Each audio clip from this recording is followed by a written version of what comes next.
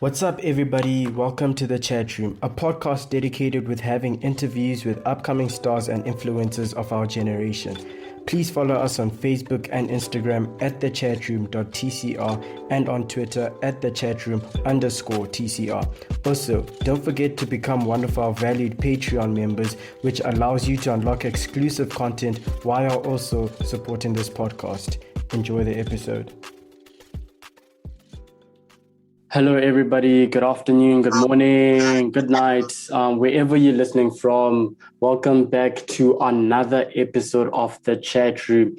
Today, I'm joined by a very special guest. Actually, she is probably, in my opinion, one of the best photographers at the moment in Africa. I said it, Africa. Tamari Kondita, how are you doing? I'm good, thanks. How are you? I'm good, thanks. I'm just enjoying the winter sun, but how are you enjoying winter on your side? Winter is a bit hectic. It gets really cold at night, but in the afternoon, it's very chilled. So it's just a bit of both. It's an interesting winter.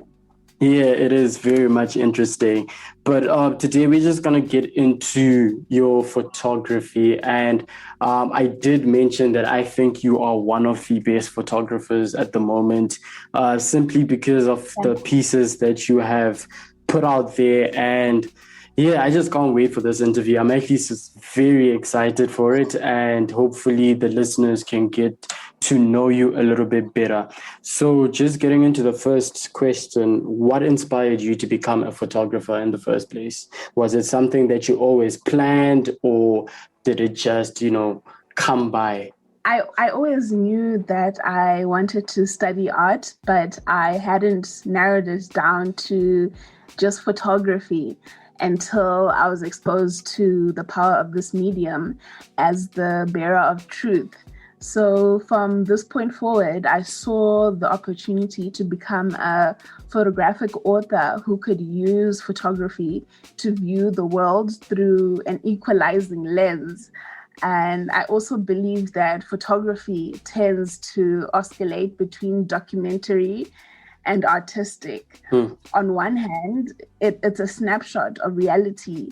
And on the other hand, it's an aestheticized construction of reality. So working within those parameters essentially grants me a sense of authorship, which I use as a tool to tell narratives which would otherwise go unseen. Oh, all right. So was there anything in particular that triggered you to take on photography, or was it like what you're saying, over a period of time? Yes, I would say that my photography journey started about 3 years ago at university.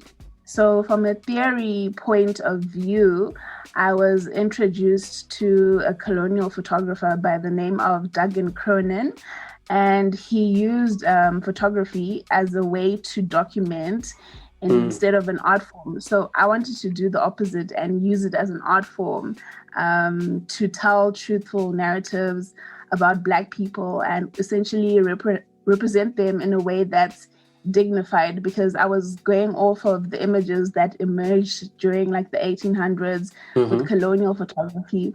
So I saw this misrepresentation as a chance to turn things around in a way. Oh, all right. Take control of that narrative. Yes. That's very interesting. Hey, I mean, they do say that a picture speaks 1,000 words, and there's this collection that you had that I found to be very interesting, and I think that's the one you won, the Sony Open Photographer of the Year award, and I think that is such a big thing in terms of being recognized as a photographer. So the question that I have for you is, what did it mean for you, and what did it mean for your career? Okay, well, not a day in my life did I think that I would win this award at such an early stage in my career, and that one day some other people would be staring at my picture and getting inspiration to create. So what I've come to realize is that God is a giver of dreams, and when he puts a big dream in your heart, you shouldn't ignore it. It may take longer than you desire, but character building is part of the process. And my career has certainly catapulted. I'm now mentoring people that I looked up to in the creative industry. Wow. And I'm glad that people are now starting to see the kind of work that goes into delivering these kinds of bodies of works. And getting recognized in this regard is great because it serves as inspiration to keep going down the roads that I've been heading down. Oh, all right, cool. And like with the Sony Open Photographer of the Year award, please can you just explain briefly what that is? Is it like the Grammy of art, or is it, I don't know, but like please do explain a little bit about that award in particular, because I found it interesting that you had been looking forward to like getting it eventually, which means it must be a big award indeed. Yes, it is a huge award because there are actually different categories. So the main ones are the professional competition, and then the open competition, which I won, and then there's the female alpha competition, and then there's the student competition, and there's the youth competition. So I entered the open category, which essentially gives you freedom to create any type of work that you want. And as long as it fits the theme of something creative, and being the creative category is like a broad term, so it doesn't really box you. So I wanted to just create a single image which encapsulated all my motivations as an artist. So the Open Photographer of the Year, it basically just acknowledges artists who are in any stage of their career, whether you're established, whether you're emerging, whether you're professional. It just recognizes the talent that's coming from all corners of the world. Oh, all right. And that piece that actually won the award is everywhere. I mean, I even saw it like on an article, CNN, and I was like, whoa, like it's making the move. So what inspired that particular piece of photography that you won with? Okay, from a contextual point of view, I decided to look at excluded narratives, the narratives that you wouldn't normally see in academic textbooks. And there really was no visual record for the stories we were told by our grandparents. And the thing is, in African culture, most things were written down. They were not spoken. So as a result, I would say African Victorian is a visual depiction of oral history. And looking at this image, I would say it's an environmental portrait that is captured as a frozen moment from a series of images which explore a broader narrative. So the idea behind the photo was to create a visual narrative about an individual and encourage a dialogue of who the individual is beyond her physical appearance. So I decided to create a short biography by incorporating real African elements. All right, that's actually very interesting. And just in case the listeners do want to see your art, we are going to put all the socials in the description so that you can see exactly what we are talking about. But just moving on to the next question, right? What keeps you fighting on the days that you think you will make it, if you happen to have those days? Okay, I would say that that thought has never really crossed my mind because I believe we all go through bamboo growth. And bamboo growth is when your growth goes unnoticed or unseen. But while this is happening, you'll be building strength and resilience. And there's something special about when your growth goes unnoticed because you have to believe in yourself, even when no one is giving you that affirmation.